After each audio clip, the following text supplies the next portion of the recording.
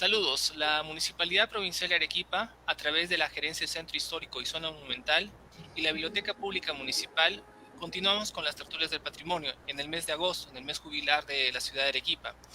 En esta ocasión vamos a contar con un especialista extranjero de origen norteamericano, que es el doctor Thomas Love. Recientemente ha publicado este texto que entre algunas semanas será presentado en la biblioteca regional, en la biblioteca municipal, denominada República Independiente Arequipa, la creación de una cultura regional en los Andes. Nuestra entrevista va a girar en torno a la construcción e historia de la identidad regional de Arequipa. Quiero señalar un poco la biografía del autor que tenemos en esta ocasión y al cual vamos a entrevistar. Es que es profesor emérito de antropología en la Universidad de Linfield, en Oregon. Se especializa en aspectos culturales de la economía política y sobre todo en los obstáculos y repercusiones de la transición energética libre, del uso de carbono y en estrategias de subsistencia rural, así como en los aspectos socioculturales de la sostenibilidad y la conservación de los bosques neotropicales y el estudio de la etnobotánica. Desde fines de la década del 70 ha escrito sobre energía, ecología humana, etnobotánica y medios de vida rurales en las revistas de Anthropology Today, American Ethnology, AMBIO, Yuyaskani, Journal of the Sustainable Forestry, entre otras. Ha publicado como coeditor de Cultures of the Energy Powers Practice Technology en el 2013 y State Capital and Rural Society Anthropology Perspective of the Political Economy in the México of the Andes en 1986, como en coautoría con Overloff y Fosley. Es PhD en antropología por la Universidad de California y el MA de antropología y en ecología por la misma universidad y antropólogo por la Universidad de Columbia. Doctor Love, lo dejo con la conducción del doctor Mario Rommel, quien llevará esta entrevista, y agradecerle reiteradamente su buena disposición para poder hablar de este tema. Muchas gracias. Doctor Muchas Rommel. gracias. Muchas gracias a ustedes, sí. Muchas gracias, Gonzalo. Una vez más, la bienvenida al doctor Thomas Love, antropólogo norteamericano, que nos acompaña el día de hoy para hacer comentarios a su publicación República Independiente de Arequipa, como también lo ha mostrado Gonzalo Gómez Sanabria. Este es un texto bastante revelador, ¿no? Y obedece un estudio prolijo que hace el autor acerca de la invención de la tradición arequipeña, que realmente nos interpela a cada uno de los habitantes de Arequipa sobre los orígenes de la cultura mestiza arequipeña, sobre la identidad arequipeña que él ha desvelado, ¿no?, a partir de esta investigación y de los autores que ha tenido a bien consultar. Profesor Love, me gustaría comenzar esta tertulia justamente planteándole un aspecto que usted mismo ha precisado en su obra, ¿no?, respecto de la invención de la tradición arequipeña. Y sobre el particular, usted menciona a dos autores fundamentales, dos figuras simbólicas de Arequipa en el siglo XIX. Por un lado, Mariano Melgar, y por otro lado, el deán Juan Gualberto Valdivia. Sin embargo, dice usted, Melgar murió muy joven, ¿no es cierto?, y el deán Valdivia pues tuvo una vida singularmente interesante en el siglo XIX, y su obra, Memorias sobre las Revoluciones de Arequipa, publicada en Lima en 1875, pues constituye un texto, digamos, fundacional en esa literatura que construye o que contribuye a construir este imaginario de la sociedad arequipeña en el siglo XIX. Sí, sí, sí. Bueno, fue el mismo Mostajo quien, el León mismo, ¿no?, quien hizo la importancia, señaló la importancia de Valdivia, que también tenía una vida muy larga, desde tras casi todo el siglo XIX. Entonces fue también tanto participante como observador de todo lo que pasaba, especialmente durante el segundo tercio del siglo, que fue el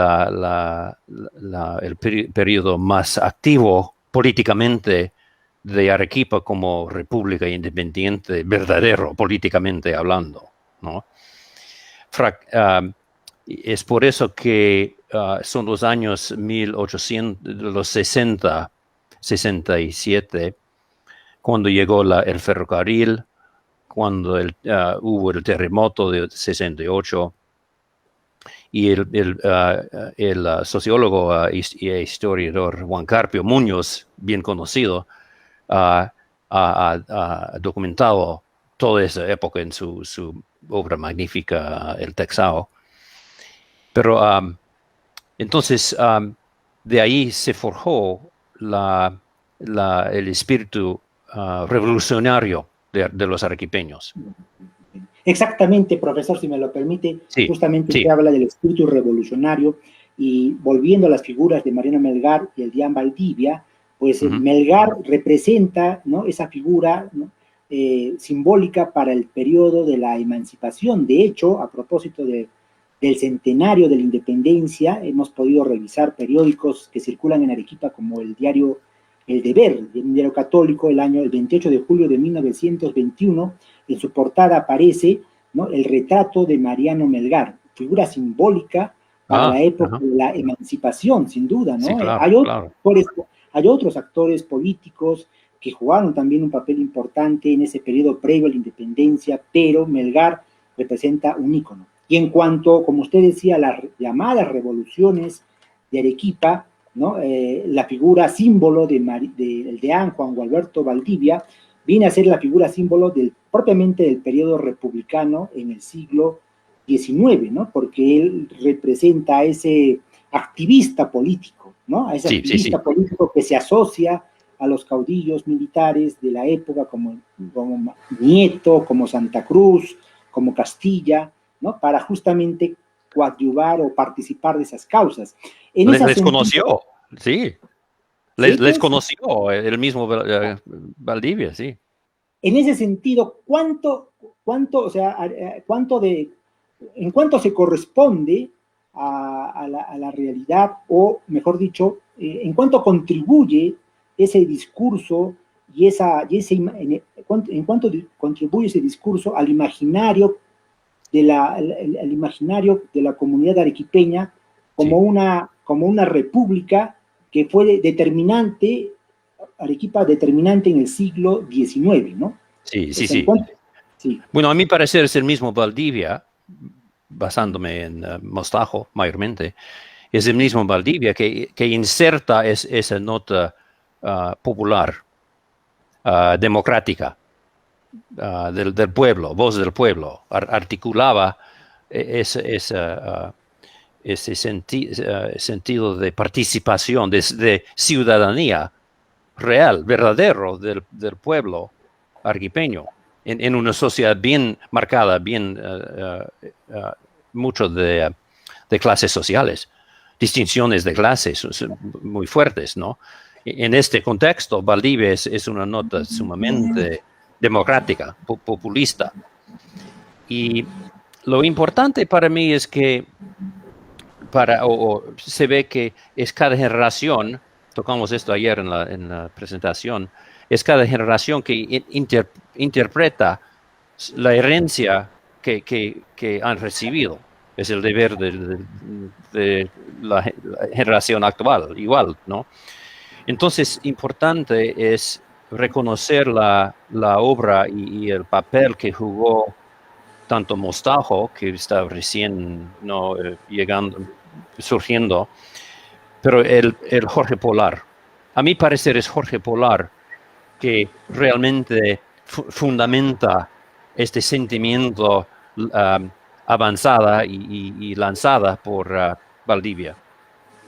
Sí, es verdad, profesor. Efectivamente, Jorge Polar Vargas, autor del libro titulado Arequipa, publicado en 1891, constituye un texto igualmente fundacional, ¿no?, de ese imaginario en la construcción de esa identidad arequipeña, que sobre todo se gesta en el siglo XIX Y lo que usted menciona, profesor, acerca de la reproducción, ¿no? Que es lo que usted sostiene en su obra, ¿no? Hay una reproducción no solamente entre los descendientes de los arequipeños ilustres, sino también de sectores, digamos, ya para el siglo XX, de sectores emergentes, ¿no?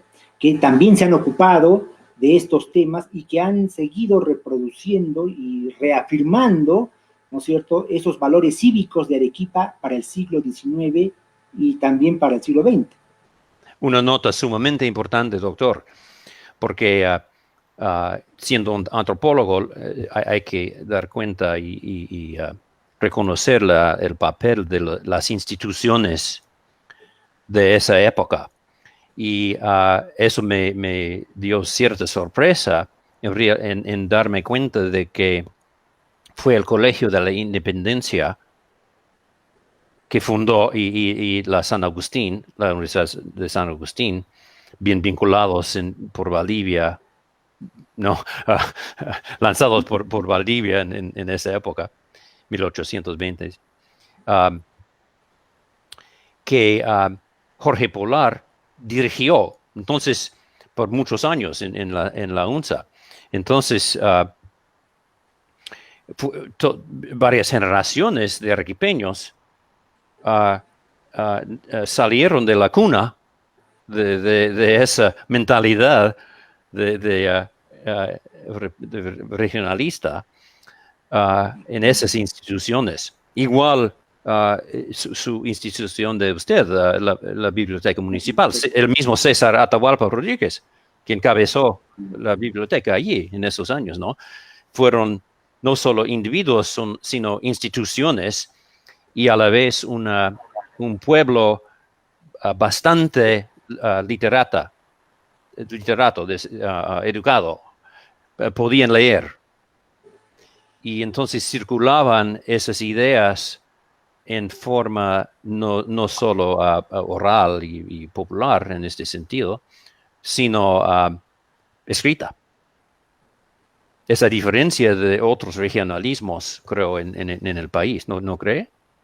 Sí, efectivamente, Jorge Polar en esa obra, Arequipa, publicada en 1891, acuñó una frase inmortal, ¿no?, que los arequipeños repetimos todos los años con motivo del aniversario de Arequipa, ¿no? No en vano se nace al pie de un volcán.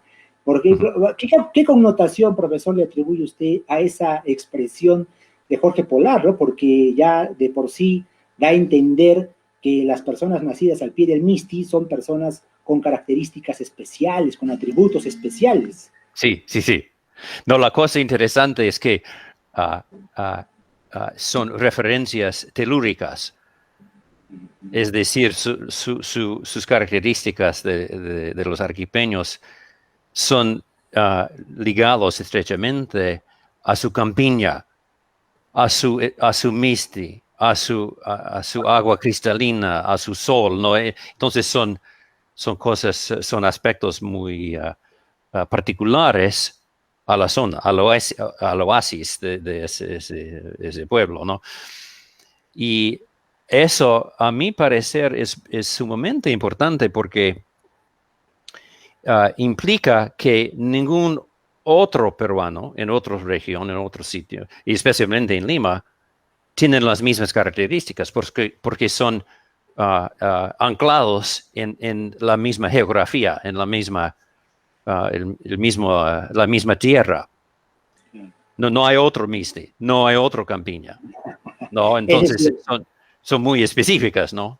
Bien, amigos, continuamos con esta tertulia sobre la construcción e historia de la identidad de Arequipa. Nos acompaña el antropólogo norteamericano Thomas Lopp, a quien agradecemos nuevamente por su compañía. Con él estábamos hablando en el primer bloque acerca de la construcción del identitario arequipeño, y él había destacado tanto a las instituciones como a las personas, ¿no?, que habían forjado justamente este imaginario de comunidad diversa a otras comunidades en el país. Habíamos mencionado a algunos autores como el de Leán Valdivia y sus memorias sobre las revoluciones de Arequipa, Jorge Polar y su obra Arequipa, publicada en 1891, pero también dentro de los aspectos que aborda nuestro invitado, está la tradición literaria, ¿no? La tradición literaria en el siglo XIX, uno de cuyos máximos representantes es sin duda la escritora arequipeña María Nieves y Bustamante y su inmortal obra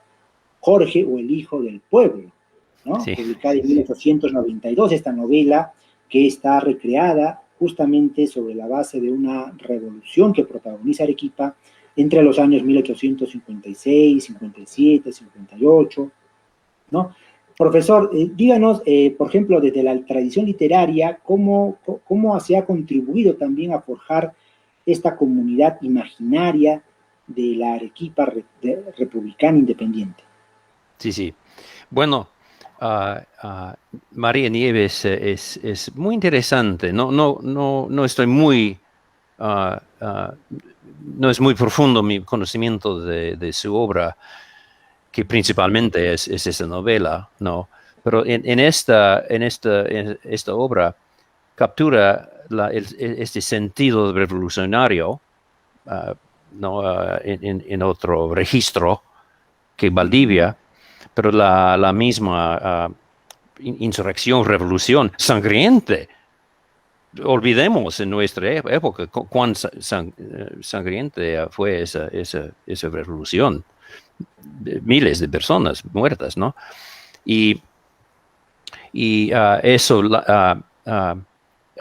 captura tanto el evento en sí, pero el espíritu de la clases unidas en oponerse al dominio autocrático y el centralismo. Entonces se nutra esa novela, este sentimiento de tanto de mestizo, ¿no? El mismo Jorge es hijo del pueblo, ¿no? Es oriundo local de la zona, ¿no? No es, y se opone, ¿cómo se llama?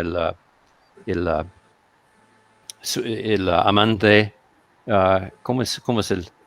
Isabel. ¿Cómo va la novela? Isabel.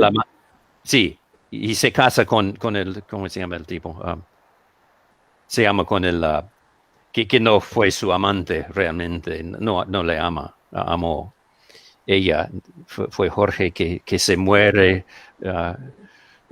valerosa no confrontando el enemigo, todo eso, ¿no? Entonces captura este sentimiento y nutra a una serie de creo canciones y demás producciones literarias después. Ese es un campo un poco inexplorado, a mi parecer.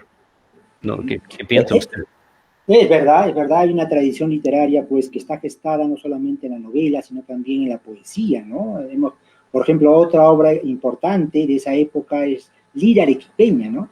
Del año 1889, que reúne pues a cerca de 60 poetas arequipeños, ¿no? Toda una constelación de poetas que estaban, cuyos oficios básicamente eran pues la de abogados, ¿no? Y usted también dice en su obra que el abogado pues simbolizaba un estatus, ¿no? En la sociedad arequipeña, sí.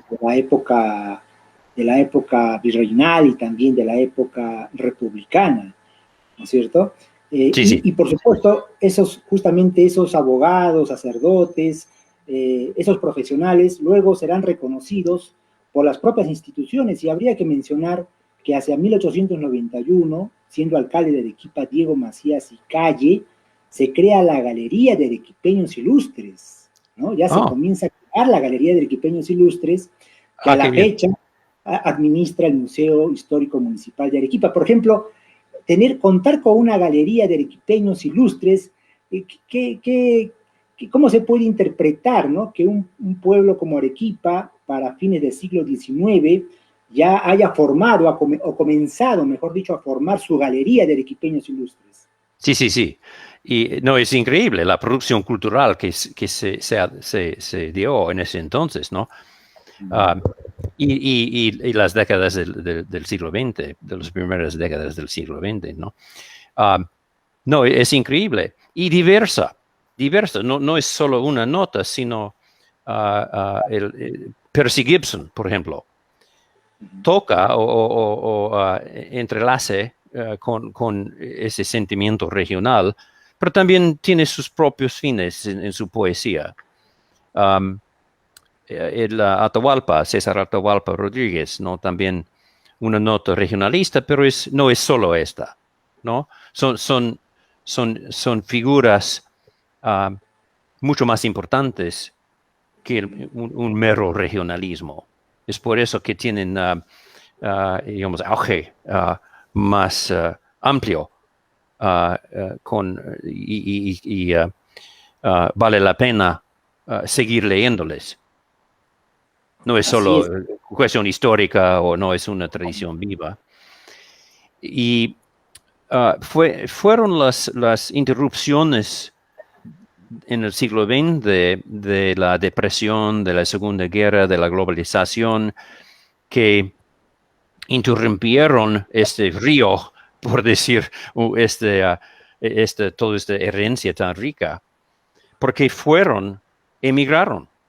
No se quedaron en los años 90, por principios del siglo XX. Llegando la década del 30 y 40, salieron a Francia, salieron a Europa, salieron a Estados Unidos, a Belaúnde, salieron a Lima, por supuesto. Y de ahí se disminuye un poco la tradición, a mi parecer. Claro. Bueno, es verdad, en el siglo XX también podemos encontrar a varios personajes que tienen recuerdos bastante memoriosos de la Arequipa que fue, ¿no es cierto? ¿Qué fue? Claro, como el propio José Luis Bustamante Rivero, que tiene un poema que usted cita en su obra, Ciudad que fue, ¿no es cierto? O sea, sí. Esta nota de nostalgia.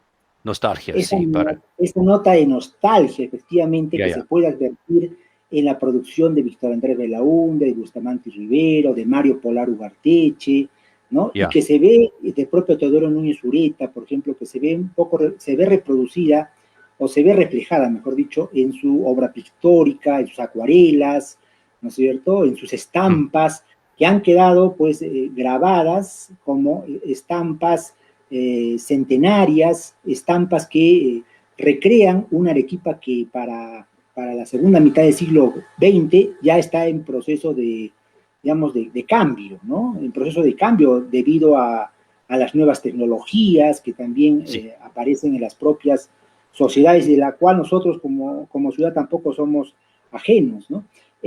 Pero también me gustaría mencionar, profesor, y hay un punto muy importante que usted sostiene en su obra, que me parece capital, ¿no? Usted habla, dice, de que la picantería, ¿no? La picantería, esos elementos que tradicionalmente reconocemos como parte del imaginario arequipeño, de la imagen de Arequipa, no son, o sea, propiamente ellos no han construido o no han contribuido a construir esta identitario, sino más bien que esto se ha hecho desde los propios autores y desde un punto de vista urbano-céntrico, ¿no es cierto? Ese es sí. principales, ¿no? Gonzalo, Gonzalo, ¿puedes mostrar la foto que te mandé? La foto de Arequipa. Sí, porque en la obra, ahí, gracias, ya, se ve cuán pequeño, como aldea, es la aldea de que escribe el mismo Víctor Andrés Belaúnde. Se ve que es todo rodeado de campiña. Entonces allí en la Chimba, ¿no? Cruzando, se ve en la foto, en Yanaguara, especialmente Yanaguara, porque allí se mezclaba toda clase de arequipeño. Y el mismo Benigno Farfán lo describe como la universidad popular, ¿no? Es la picantería. Y de ahí se mezclaba todos y este sentimiento valdiviana egalitaria sigue siendo importante al centro, en el centro de la tradición. Y de ahí viene Mostajo, que es casi el único de la gente literata allí en ese entonces, de las primeras décadas del siglo XX, que se quedó en Arequipa. No huyó, no salió. Entonces, él incorpora en su mismo ser, ¿no? La tradición de un pueblo consciente de sí mismo como actor. Eusebio escribe de eso, ¿no? Eusebio Quirós. Profesor, cuando usted sostiene de que la Arequipa rural ha sido vista a través del ente urbano, ¿qué quiere decirnos específicamente? O sea, que han sido los autores de la ciudad los que a través de sus textos, a través de sus obras, pinturas, han construido, han forjado una narrativa sobre esta identidad arequipeña. Sí, muy importante esta nota, porque el indigenismo, que fue un corriente fuerte de ese entonces, ¿no? En el Perú, en México, en otros países latinoamericanos, hay una literatura todavía para escribir e investigar, creo, sobre la relación de esta tradición arequipeña con los corrientes más grandes del indigenismo. ¿Por qué? Porque mayormente, como decía Cristal, que hago cita en el libro, escribe que el indigenismo es casi completamente una vista urbana de gente sin conocimiento propio de la sierra, del campo, costa o sierra, entonces muy lejana su vista. Inclusive el mismo Mariátegui. Creo que no tuvo mucha. Describo un poco un intercambio entre Mostajo en cuanto a Huancané, y Mostajo vivió allí, en Huancané, entendió de primer plano, no de primera mano, las realidades campesinas, más que la mayoría de esos autores. Entonces, hablando de tradiciones literarias, la arequipeña está arraigada, se puede decir, en la experiencia campesina, mucho más, quizás no mucho más, pero más que fue común en los corrientes indigenistas. ¿Qué cree usted? Es verdad. Ciertamente, bueno, uno puede reconocer, por ejemplo, en la famosa Lira Arequipeña de 1889, que la mayoría de poemas están dedicados a lo romántico, pero también digamos, a elogiar los hechos, los episodios históricos en los cuales Arequipa participó, como sería, por ejemplo, esta revolución de Vivanco del año 1858, o también la respuesta que dio el Perú a España con sus pretensiones de reconquista en 1865-66, o también durante la guerra con Chile. O sea, hay una poesía que está más asociada a los episodios históricos que vive el país y que también afectan, por supuesto, a la ciudad de Arequipa. Y en cambio se ve más en el siglo XX una poesía más ligada al aspecto de la campiña, a estos personajes que usted ha tratado perfectamente, ¿no? La picantería, sí, la lechera, ¿no? Símbolos de esa Arequipa que fue, ¿no? Pero que ha sido, pero que es una narrativa construida desde la ciudad, ¿no? Es lo que, ¿no? Usted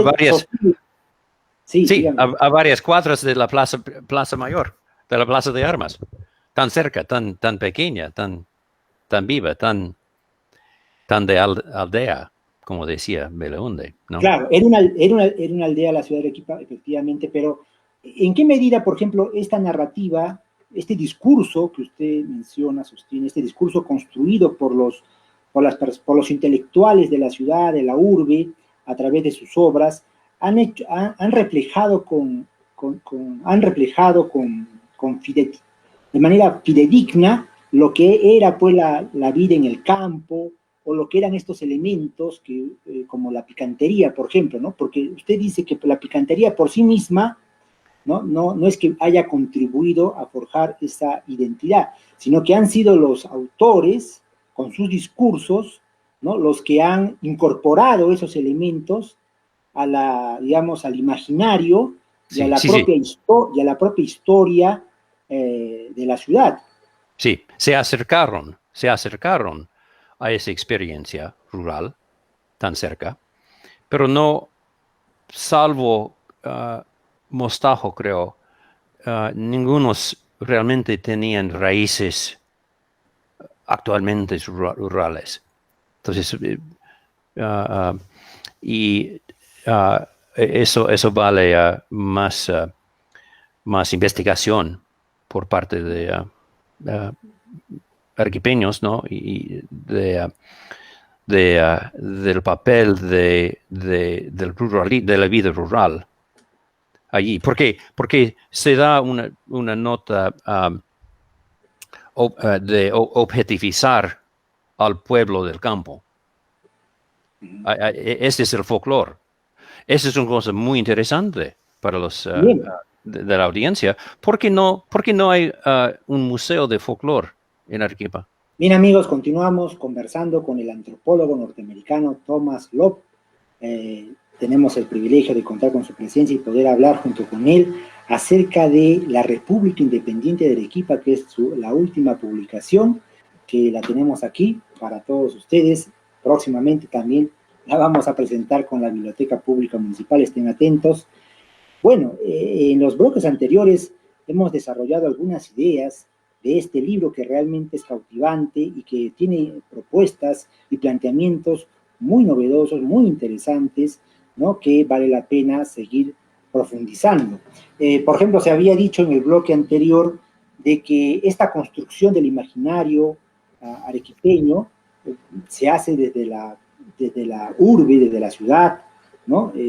Y que es justamente el discurso, la narrativa de estos autores del siglo XX, sobre todo, los que van a contribuir a fortalecer este imaginario de la comunidad arequipeña, ¿no? Y por otro lado también, estas imágenes, ¿no? Y estos elementos se van a reproducir, no solamente en la escuela, sino también en todas las actividades, ¿no? Que se desarrollan en Arequipa desde que celebra su 4º centenario de fundación española, ¿no?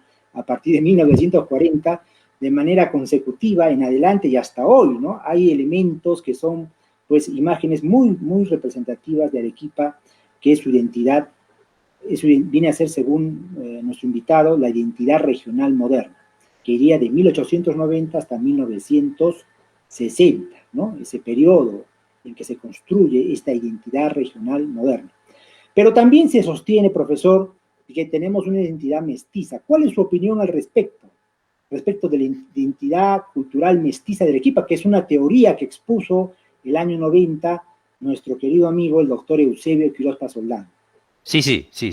Bueno, el mestizaje obviamente quiere señalar la herencia diversa, mutua, de lo indígena y lo español ahí en el mundo andino, los Andes centrales. Pero mestizo,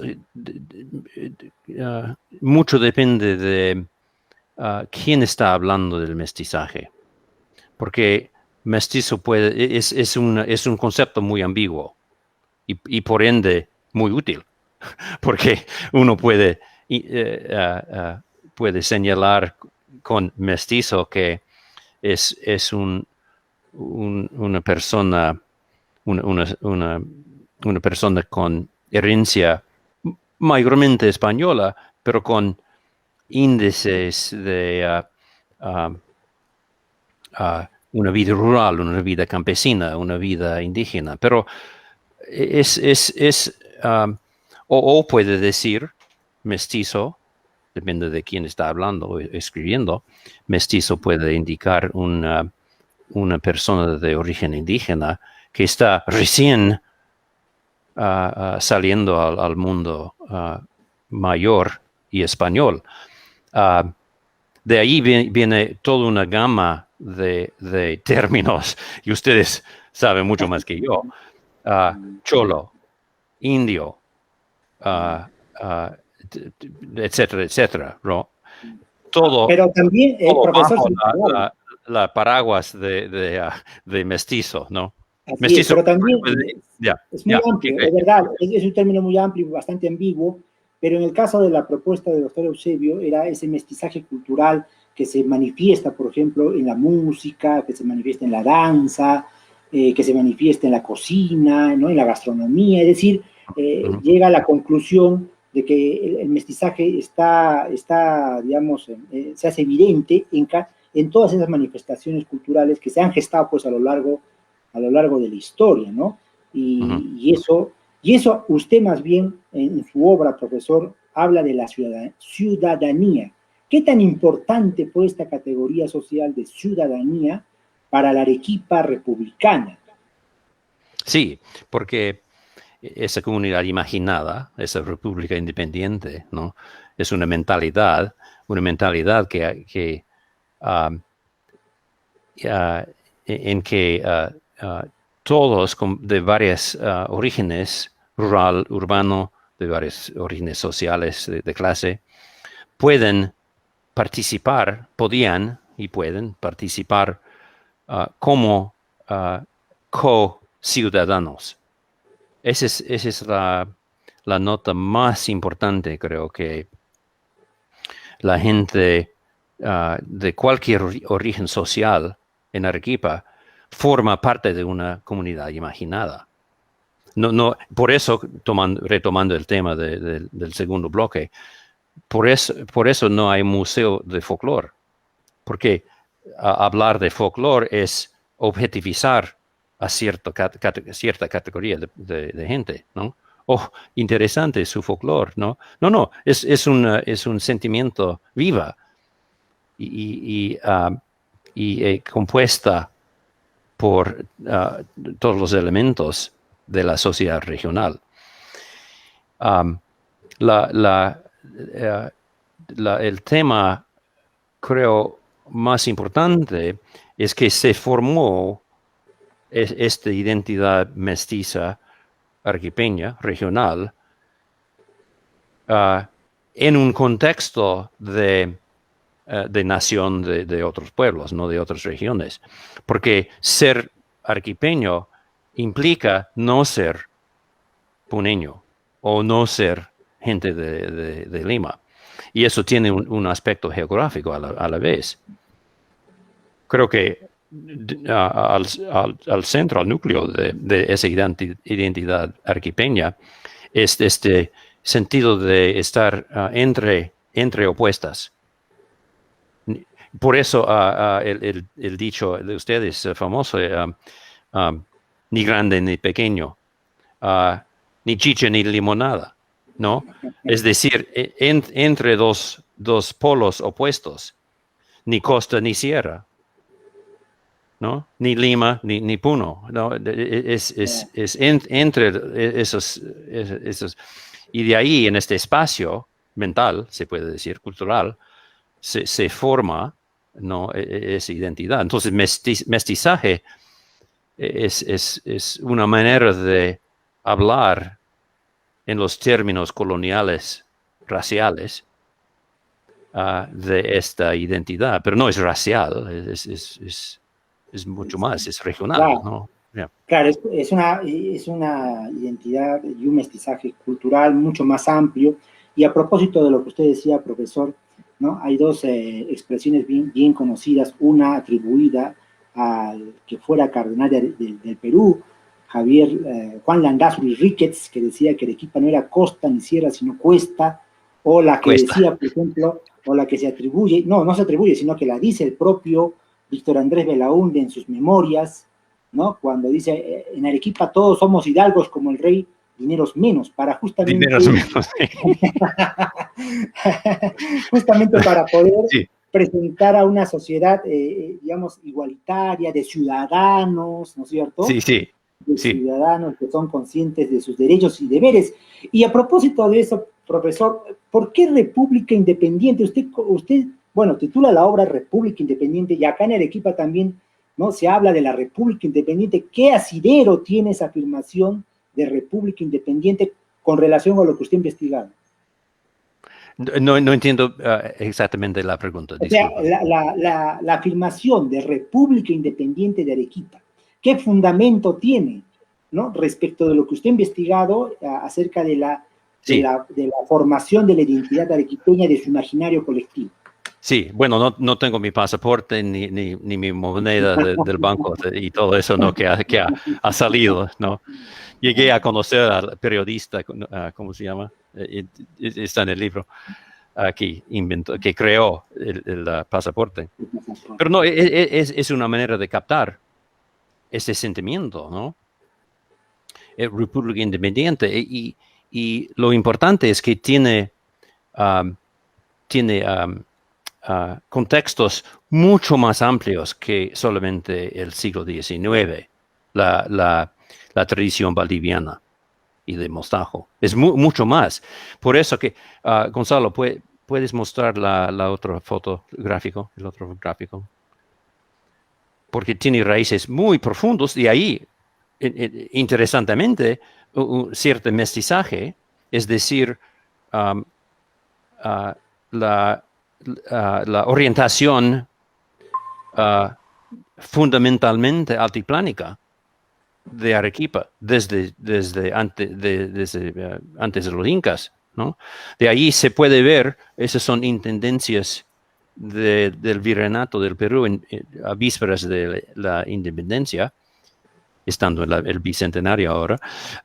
Allí Arequipa, se ve que Arequipa es no solo Arequipa, como conocemos ahora, como departamento o región, ¿no? Sino Moquegua, Tacna y el norte grande de Chile, Tarapacá, Arica y parte de Antofagasta.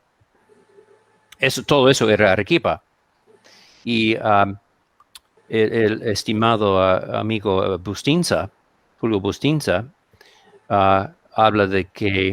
escribe de que Arequipa quiere decir detrás del cerro o de la montaña, es decir, la costa desde la perspectiva altiplánica. Es un concepto muy aymara. Y Arequipa entonces abarcaba toda esa franja de la costa desde una perspectiva altiplánica. Entonces,